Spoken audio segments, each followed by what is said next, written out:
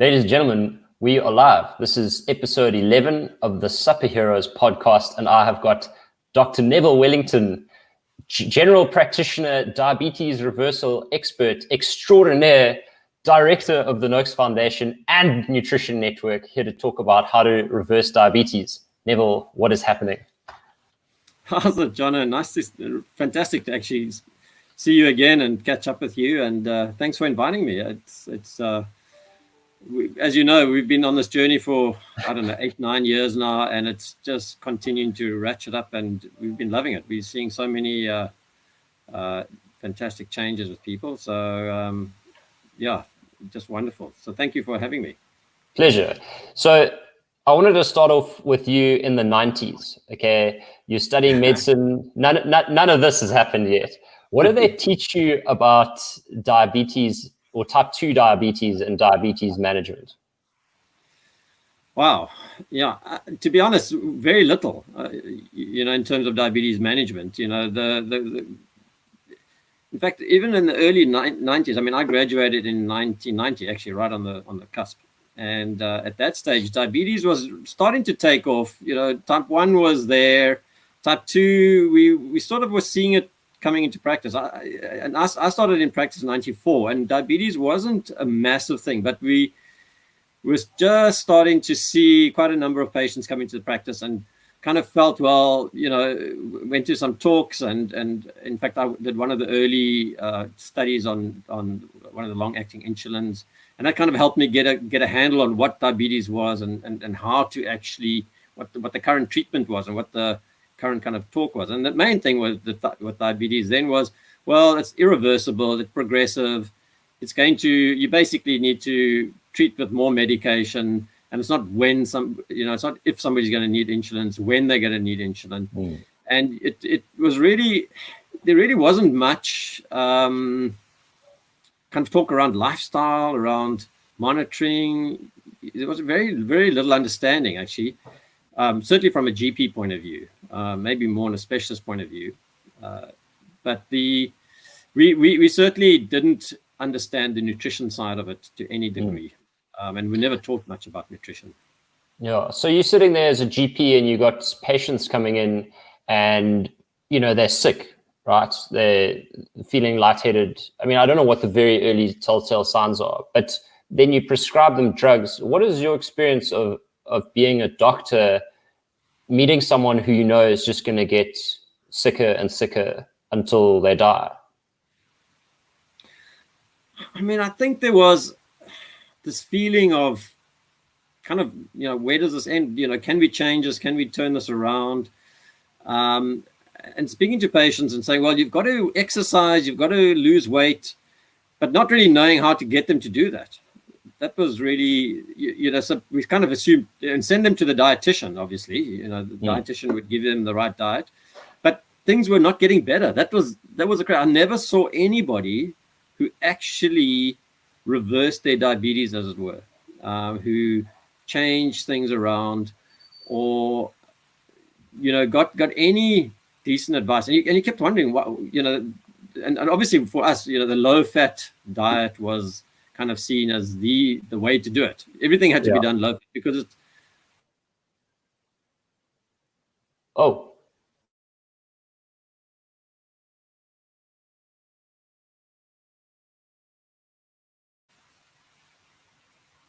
You lost me. There you go. Yeah. Okay. Sorry, I lost you for a second there. That was. Yeah, we didn't even understand the cholesterol theory at the time. So we, but cholesterol was becoming the big thing.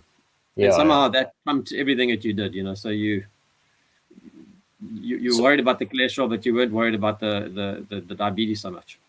So just to get this right, they thought cholesterol and diabetes were inextricably linked. Is it linked? Well, there definitely is a link if you look at diabetes. So if you understand, diabetes basically causes heart disease, right? Right.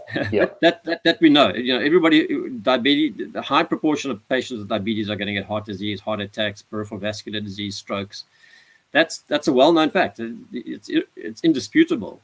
The problem is start saying what is actually causing heart disease. So the theory of cholesterol has come around and said, well, cholesterol seems to have caused heart disease. So if diabetes is causing heart disease, cholesterol must be part of it. Right. And somehow, because we can treat cholesterol, or we think we can treat cholesterol, we must treat the cholesterol first, and the diabetes is not such a big thing. And that kind of has been the talk. And then, we had the very early studies on cholesterol that seemed to show massive improvements. Of course, people have now said those studies were a bit flawed, and if you reduced an LDL by 1%, you got 50% improvement in heart disease. Well, it's not actually really being completely proven. Whereas you've reduced HbA1c and you reduce hyperglycemia, you get massive improvements, 28% improvement in heart disease and peripheral vascular disease and stuff like that. So it's kind of got put together because they both seem to be causing it. But in fact, as a clinician now and as a diabetologist, as it were, I think we know now that definitely heart disease and diabetes, that's the problem. And we know the mechanisms even more now, because that's been shown over the last 20 years, the actual mechanisms of damage to cells and endothelial dysfunction, and that has been shown to be caused by high glucose levels and insulin resistance. Can you go into that a bit? I'm hoping it's not above my pay grade, but what is the go easy on me, what is the mechanism? Well, I'll give you the story that I try and give to most patients, just to try and keep it as simple. But basically, when you have high glucose levels in your bloodstream, the problem with the body is that once your liver is damaged and it's overproducing glucose, when you eat carbohydrates which release glucose, there's no real place for the glucose to go but into the bloodstream. It just spills over into the bloodstream. So you get these high peaks of sugar, and often last for hours on end after you've eaten carbohydrates, because you just can't metabolize this high level of glucose. But the problem is that a number of cells take up glucose from the bloodstream, like your endothelial cells, and the cells literally are lining the inside of the blood vessels. By osmosis. They don't have mechanisms to stop high glucose levels from going into the cells. And then nerve cells, tendon cells. So when you've got high glucose levels in the cells, you need to metabolize that glucose. You need to kind of get rid of it. And your mitochondria are basically your little engines that metabolize glucose, convert it into ATP, and you use that energy. But the problem is, when you've got so much glucose in the cells, you can't flux through the glucose through the mitochondria, and you start to get rid of. You have to use other pathways. They call them polyol pathways, sorbitol pathways, protein kinase C, and literally those pathways actually are quite inflammatory. Now we know that inflammation is kind of your big issue, but literally from the mitochondria you start bleeding off free radicals or extra electrons that literally attach to other oxygen. For instance, oxygen gets converted to oxygen 3-. That's a free radical. It can damage other things. I suppose one can think of it like little bombs going off in your blood cells. Right. Okay, that's cool. In your cells, and those cells get damaged and need to be replaced and need to be renewed. So you've got this happening all around the body, but it's not happening. It's not happening in every single cell, but it's in the major cells, like your cardiovascular cells. So anyway, you to repair that, you need to lay down plaques and new cells, and that's happening all the time. So that can cause little plaques to build up, right? And narrow your arteries. So that's one aspect. I mean, it's happening all over. Your brain is obviously getting fried as well by these high glucose spikes. So the plaque that we all see in that, the classic artery cross section with all that plaque buildup is actually a response to inflammation, and not just like butter going into your vein and sticking to the inside of the vein. Okay. Yeah, it's exactly that. And the problem is that you'll use oxidized LDL will be taken up by the macrophages, which are being laid down there to actually like heal the endothelial lining, and then because you see LDL there, you think, well, LDL is the cause of this damage, but actually LDL is part of some of the healing mechanism there, because there's a whole process. Our bodies are incredibly complex. So So it's the high glucose levels initially that are causing inflammation that set off this whole thing. So that's my understanding. And that's certainly from a lot of papers that I've read. So I'm not just taking this out of the thin air. This is science at molecular level, at cellular level. Cool. So before you knew all of this, you're minding your own business as a GP, and it's like 2010, and this lunatic sports scientist comes along and says, no, we've been doing it all wrong. I take back everything I said. And actually removing carbohydrates from the diet is the way to become healthy, not removing fat. And then you experience this controversy. So how did you kind of get hooked? And maybe start with what your initial response was.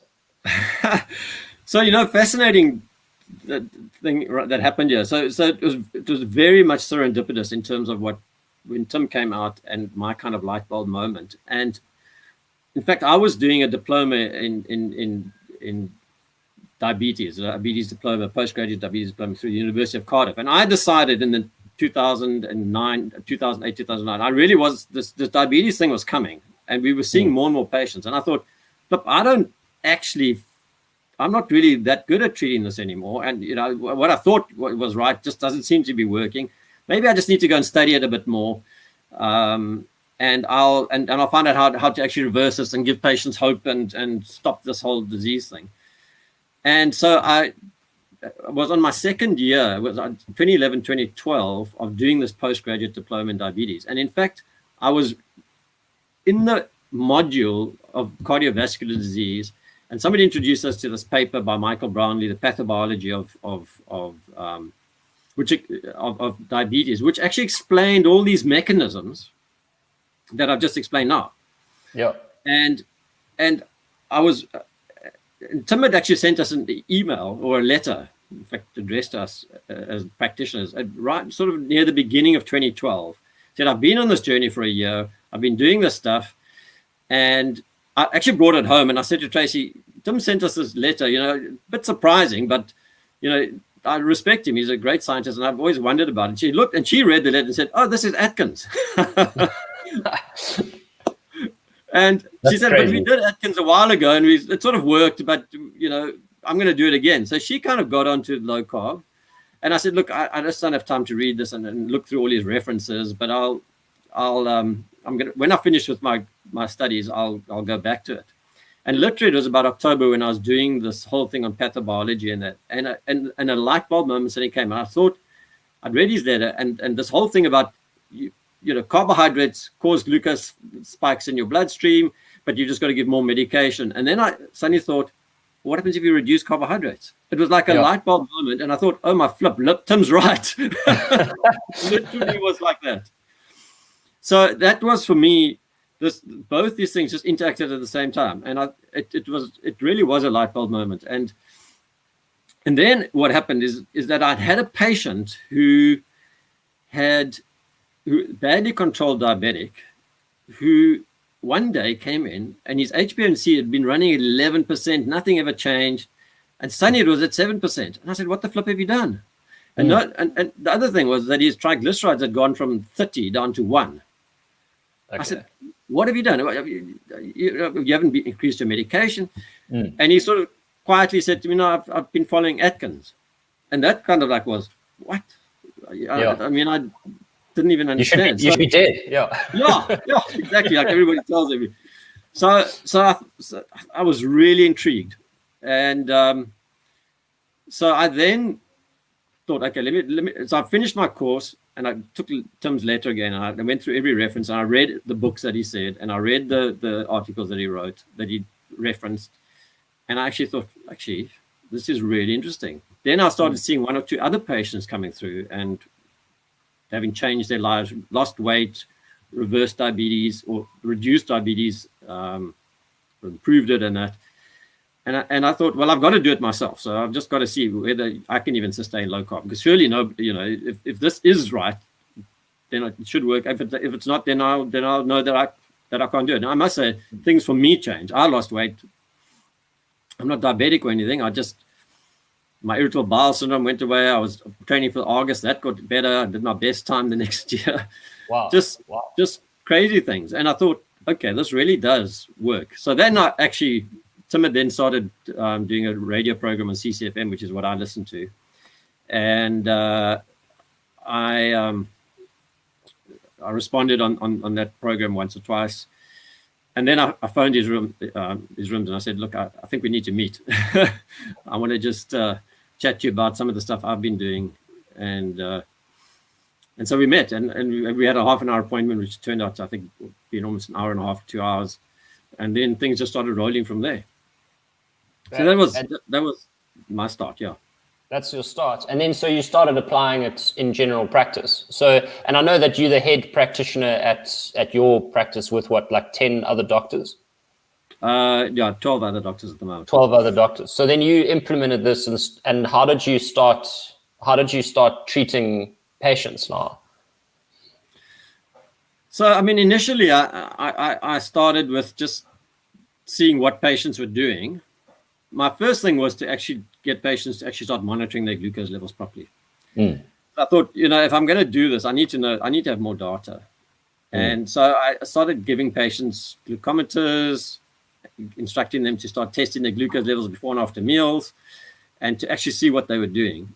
And very quickly it was obvious that carbohydrates push up your sugar levels. I mean, it's not even a question. So, whether you eat bread or chocolates or, dare I say it, oats. You didn't. and it spiked your glucose levels. And, so that was very obvious. So then I started saying to them, well, Prof Noakes has come out of this low carb. I really started seeing changes in other people. Do you want to look at trying this? So then I had a number of patients trying to change it. And, I had a really good diabetic educator as well at the time. I'd then also been involved with CDE. CDE is the Center for Diabetes and Endocrinology, and done their course, and then the diploma in Cardiff, which they had organized, I must say. So I'm very grateful to CDE, for the amazing help they've given me. And I then started just doing more and more patients. And as I saw the results, I started getting more and more confident in it. And I spoke to my colleagues about it. I think they eventually got sick and tired of me talking about it. But, for them, it's taken a bit longer for them to actually start to see the results and even have their own patients kind of working on it. But more and more, my colleagues have come to the party. I mean, they'll refer patients to me, or they just do it themselves. And it's really amazing to see that. So yeah, that's been an ongoing journey now. And we're learning every day. Actual definition of, I think I'm losing connectivity from time to time. So sorry if it's a bit buggy, everyone who's watching. But what is actually reversing diabetes? Like, and we know what a 4-minute mile is. What is the metric? How do you classify yourself as having reversed it? So I'm really going to go along with what the Virta Health and them have kind of defined. So if you look at what is the diagnostic criteria for diabetes, and then you can then use that as your kind of reversal thing. So around the world, every diabetes association will say that if it's a fasting glucose level above 7, a HbA1c above 6.5, or a glucose tolerance test, which we do much less of nowadays, where your level is 11.1. So that's kind of defined as, when you have any of those parameters, you're defined as being diabetic. Okay. So if you bring glucose levels down, now you may not get the fasting glucose levels well below 7 initially, but that eventually comes if you follow this for a while. But the HbA1c below 6.5% has been seen as kind of the cutoff for reversal. And I'll talk a little about remission as well, just because that's kind of also a buzzword. So criteria for reversal would be off most medication except metformin, HbA1c below 6.5%. And I mean, the fasting, you're not going to always get it below 7, but it will get there if you carry on. And pretty much that's it. It's around 6.5% most people are using as the criteria, and then below, and then getting people off medication, but mostly kind of metformin last. Some people get off it. For me personally, it's probably a little bit high, 6.5%, to be honest, because actually normal is under 5.7%. Pre-diabetes is registered between 5.7 and 6.5 by all the world associations. Okay. I know Tim kind of says 5.5%, so it's, you know, but if you go with what's actual definitions, it's 5.7. So my aim actually for most patients is to get them below 5.7%. Great. So what you're saying is, but so from being full-blown type 2, you can go back to pre-diabetic, and that's having reversed diabetes, but then you want to get out of pre-diabetes too, and that'll, okay. Absolutely. So, and so what is the turnaround time on that? 3 months. 3 months. And yeah, maybe 6 months if you've been really badly controlled and you work hard. Maybe take a little bit longer. But I mean, Virtu were doing it within 10 weeks. They check people after 10 weeks. So I mean, if I do it HbA1c, and I mean, I can recent patient. Okay, actually, one of my worst control. I never thought this guy would be able to do it. Referred by a friend of his who had basically he reversed it. I mean, his friend I saw the other day. He's 5.2% now, and I've said you can stop everything, and he's done that in 3 months. But he wasn't that badly controlled. This guy had 13.4%, and after 3 months he's 6.9%. So it's not quite at reversal yet, but I mean from there to there in 6 months. In 3 months is incredible. I mean, one of my very first patients was 10.6%, and by the end of 3 months was 5.9%. So he was reversed. Sure. So it does depend on when you see the patients, how quickly they can do it. But I would say if they're really good, they can get pretty close in 3 months. You know, if you're sort of running an HbA1c of 7.5, 8, even maybe 9, you can probably get down to 6.5. Remember, it's just the amount of damage that's done to the red blood cells that's got to be renewed. Sure. And so we'll get into remission now, but just while you're on that, so the Virtus studies that I've read say that it's 60% of their patients were able to reverse it within the first 12 weeks. And then after 1 year or 2 years, I can't remember because they've got a 1 and a 2 year report, but they said it was only 50. Now, obviously, as a coach, knowing how people operate, my immediate, like not judgment, but opinion goes into compliance. But do you know whether there's data or even feedback from them on whether that's compliance or biology? The 60%, like what happened to the other 40%? Sorry, is actually what I'm asking. Yeah, so I think, look, that's a good question. In fact, it's something I would love to have spoken to Sarah Holberg about, because I would also wanted to know that answer, because it's not completely apparent from what they've said. My feeling is that there's probably compliance and possibly a bit of biology. Some people have been so far down the road that they actually are almost sort of an insulin kind of not negative. I mean, they don't have enough insulin. There's just too much damage to the pancreatic cells, so they're just not getting the insulin responses. Whereas we know, and we've seen this. I mean, I've seen this. If I get a newly diagnosed patient, they've got the best chance of reversal. If I see somebody 10, 20, 15 years down the line, much more difficult. Firstly, to get them to change their habits because they get given all the wrong advice anyway, and they find it difficult to change. And secondly, you know, just the physiology, the pathology is worse for them, and you've got to reverse that as well. So my feeling is that it's probably those long-standing diabetics that have struggled to get into that full-blown reversal, as it were, and possibly just struggled with society, you know, the things on offer, doctors' advice that they get from other doctors. They see, you know, that kind of all can kind of like upset the apple cart, I guess, or whatever, block them from pushing it. Yeah, I mean, there's a lot more to the graph than just the blood. You know, it's a life. It's a whole life. Yeah, sure. Absolutely. What is the difference between reversal and remission?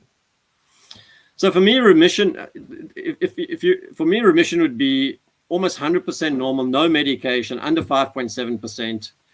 And you know, the problem with remission is that people then think it's you're so well, you're cured, as it were. So that's probably the next thing would be cure.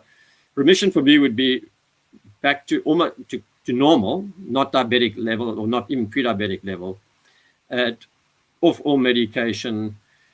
But it's not a cure in that you'll be able to eat carbohydrates as much as you want. I don't think that's possible ever for anybody who's had diabetes or pre-diabetes or anything like that. They will always have that genetic predisposition to having a diabetes if they suddenly start eating carbs.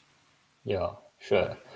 Got it. So now you're doing this in general practice, and like we were saying before we went live, because I'm so in it, like I just assume that everyone's doing it. But what is the uptake? Like, is it, I mean, obviously Cape Town's like the epicenter, I would say, where it's become relatively normal to do it. But what is the climate out there in general practice? Like, are people prescribing this, or is it still very much what is it like? Are you still a heretic? Yeah, as I said, you probably do feel a little bit like you're the only one doing it. And you know, I haven't had a lot of pushback in general. In fact, I've had a lot of more people being curious. Probably the kind of worst pushback is from one or two cardiologists. Right. Okay. What's their complaint? Well, I'm not using huge amounts of statins, and I'm questioning the LDL cholesterol hypothesis. You know, everybody knows it's LDL. You know, everybody knows it's cholesterol, apparently. Right.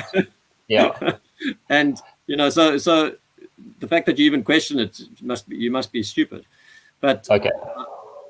But that's the only pushback I've had. For the rest, I've actually had quite a lot of interest in it.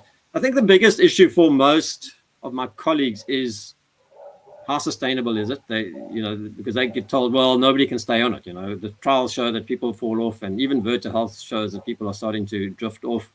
And I suppose that's answer to that really is that when you're living in a high carb environment and every society is around that, it's really difficult for people to kind of maintain it as easily. So I guess so from the average GP, they're kind of saying, well, it's not sustainable, so we may as well not even try or start, because and part of that is I think that's just kind of more like we can't really be bothered kind of syndrome rather than.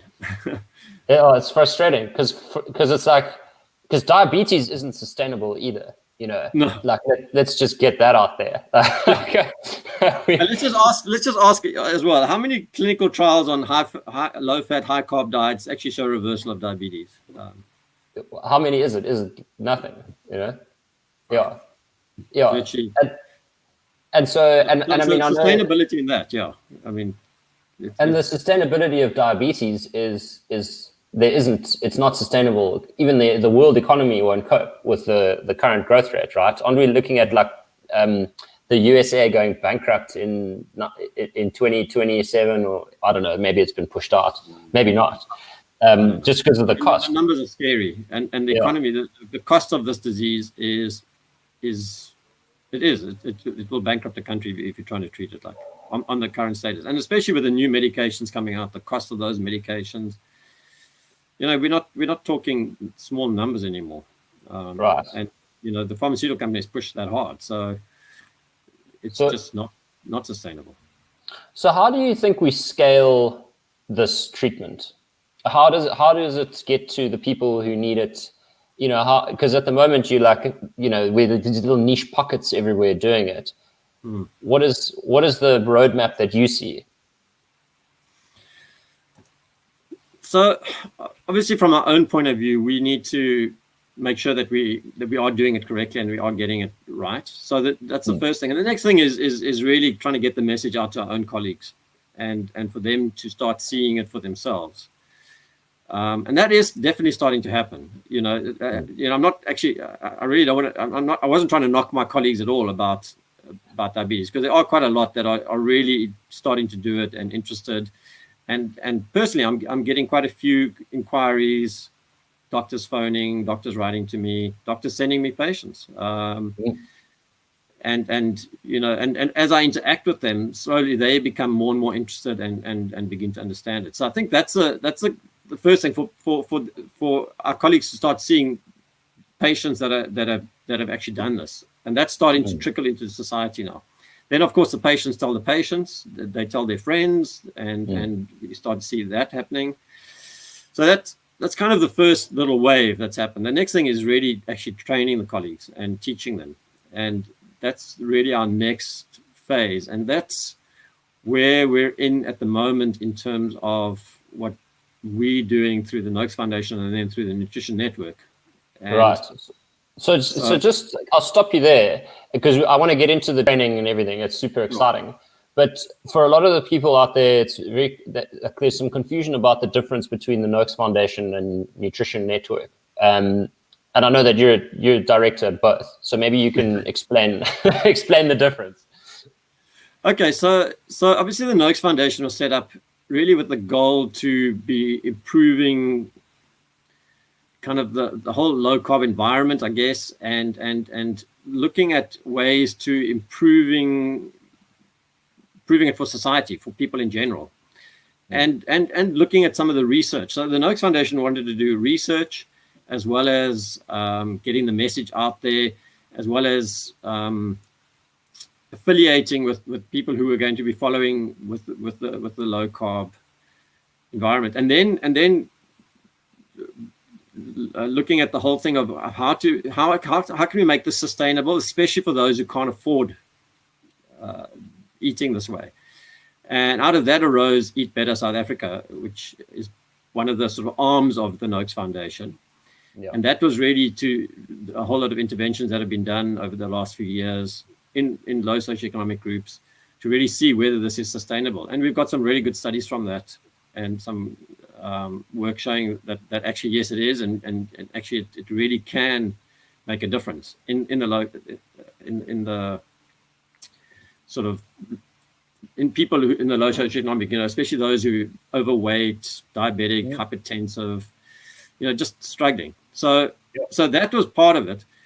And the Nutrition Network then was born out of the Noakes Foundation as well. It's basically the organization. It's a for-profit organization, obviously, because we need to make money, which feeds back into the Noakes Foundation to really help the Eat Better South Africa and the research and all the other income that's needed for the Noakes Foundation.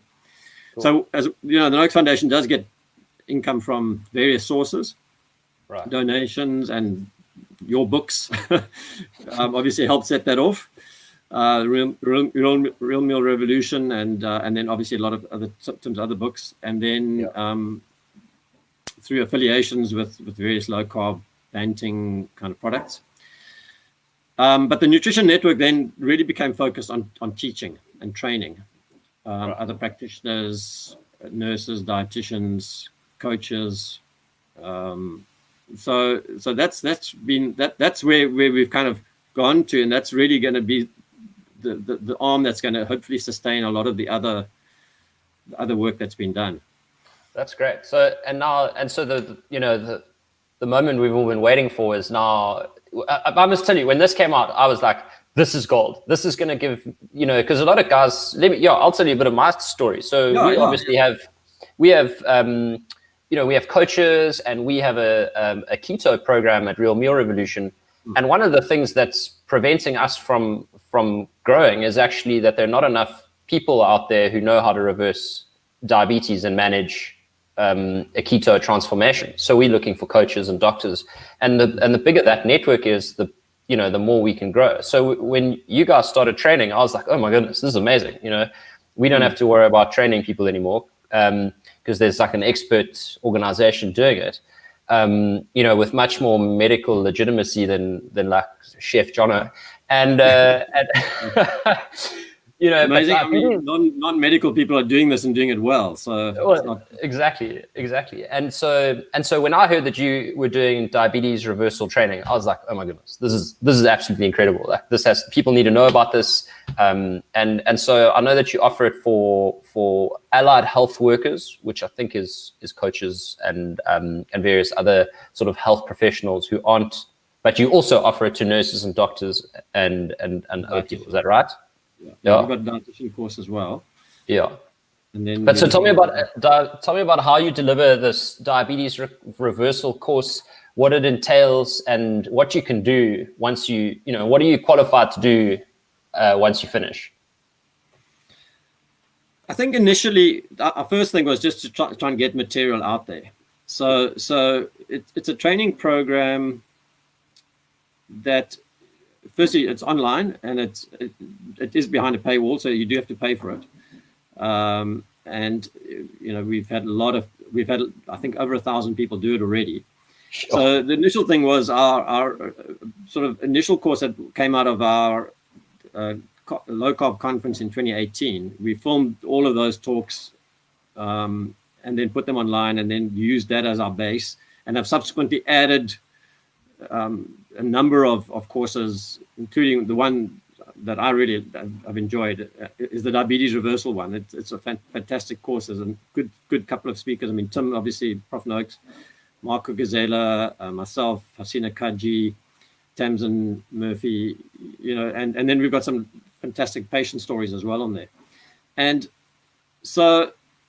then we've produced other courses. We've just done an obesity reversal course as well, or obesity course, I think we called it. And then one for dietitians, which I thoroughly enjoyed. There's some fascinating work done by a number of brilliant dietitians around the world. So we've added a number of courses to that. So firstly, once you've done those courses, you get a certificate to say that you've completed these courses. It's not we would like eventually to get to a certified course diploma. And next year we are launching a proper certified course, where we're going to be spending some time with participants, getting them to do some studies and doing some projects, as well as spending time actually getting them to make sure that they're up to speed with everything. And wow. I mean, we've had incredible participants on these things. I mean, doctors, from right across the board, from specialists to people who are training nurses who've got medical backgrounds and that who've done incredible work. So I think sometimes I kind of pinch myself, because these guys know so much now. Yeah. and we've obviously collected work from so many of the guys who've published stuff, so the Verta stuff and the David Unwin stuff, Marco Gazella, and they've all participated for us, and it's been fantastic. Yeah, so Eric Westman on there as well. So did you get some content from Duke University, or from Eric? Just from Eric, I think, as far as I'm aware. He added for the initial course. He was fantastic, because he was here in South Africa a couple of years ago, and we had a bit of a roadshow with him. So he gave us some stuff, and it's just been wonderful, because his work with Atkins and the original Atkins work, and then doing some of the initial clinical trials has been groundbreaking. I mean, Westman. I mean, all the names kind of escape me eventually, because we just are absolutely blessed to have really the top of the top low-carb people contributing to the courses. Absolutely. So, okay, so now we're sitting. So as far as the ecosystem goes, we've got doctors who can train. So I just want to make sure. So if I'm watching this video now and I'm diabetic, and I want to find a doctor who knows like this, who understands this narrative, where do I go? How do I get hold of a doctor who I can trust, basically? No, good question. I think we've got a list on the Nutrition Network. This is something that Maz can help me with as to. And I know that Marika Saboris, who's kind of does quite a lot of our media stuff, she's got a low carb map, and so you can look on there. Crazy thing is, people have found me even through Diet Doctor, because they've also kept a map. Yes, that's cool. Okay, so here it's actually nutrition-network.org, yes, and then you've actually got a practitioners tab here where all of the a lot. Yeah, like just too many to count, like hundreds of doctors here. And then if you want to do the diabetes reversal training, where do we go? Do we go? So you need to is go, there- I think yeah. at the top it says courses, and you basically need to register, and Got it. then Apply now. yeah. Okay, and then there are all the courses. All right, so apply now. /nutritionnetwork.org, nutrition-network.org/apply-now, and then the doors are open. And the door's open. You just put your credit card in, and Yeah.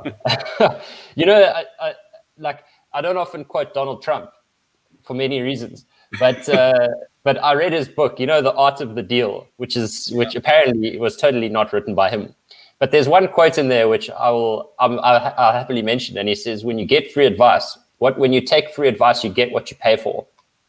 yeah. Okay, Brilliant. Yeah, it's a brilliant quote, because it's true. There's so many people scouring the internet for information, and in the past, when we were knowledge poor, it was worth paying for volumes of information. But now, you know, every man and his dog's got a website and a blog and whatever. So what you're paying for is curation.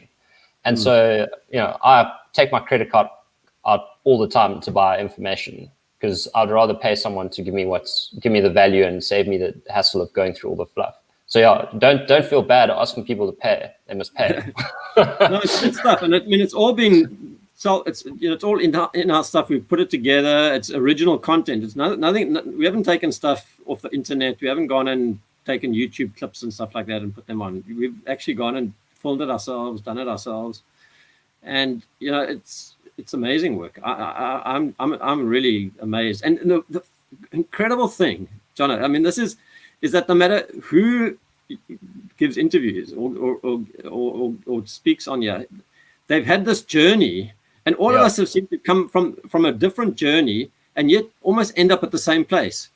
And the pathobiology, the pathophysiology, the way that things work, the medication deprescribing, whatever it is you're doing, it kind of all ends up there, and it's quite amazing.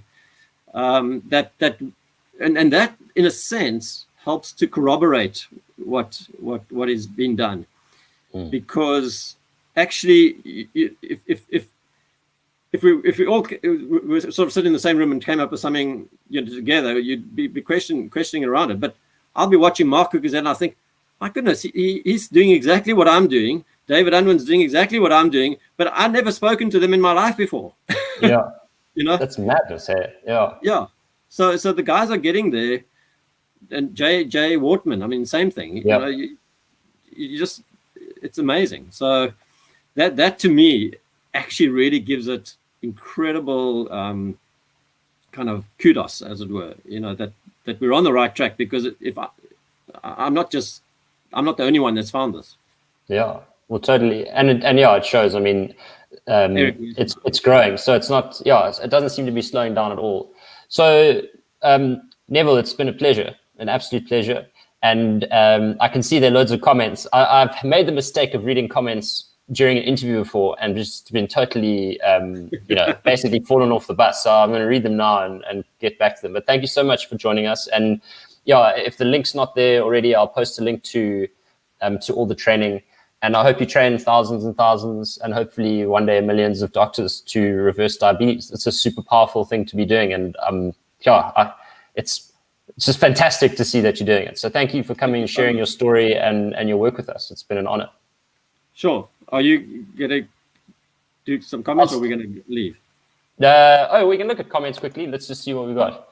Okay, so some of the comments were from Nutrition Network, posting links and stuff.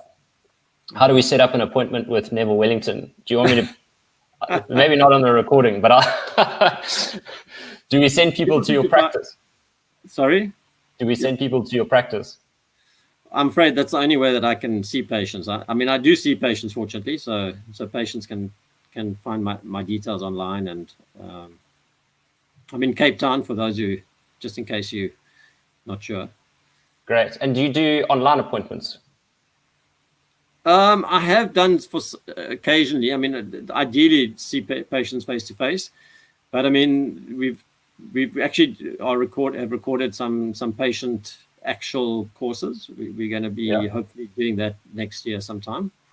So that'll be part of that. So we may well end up doing some of the stuff online. And I mean, I think that's going to become the future, really, is looking at online stuff. But we haven't really got that set up yet. So I don't want to, at the moment, I'm still working face-to-face and kind of one-on-one. But we need to change that, yeah. It's coming. It's in time. It will come. Awesome. Yeah. Neville, look, the other questions are comments and stuff that I can get back to very easily. They're not specifically addressed to you, so we'll get there. But thanks again, and geez, just keep it up. It's so great. All right. Well, thank you, John, and thanks for having us. I mean, it's been great to catch up with you again, and I'm sure we'll be doing a lot more of these things. So keep well and all the best. Cool, man. You too. Cheers. Bye.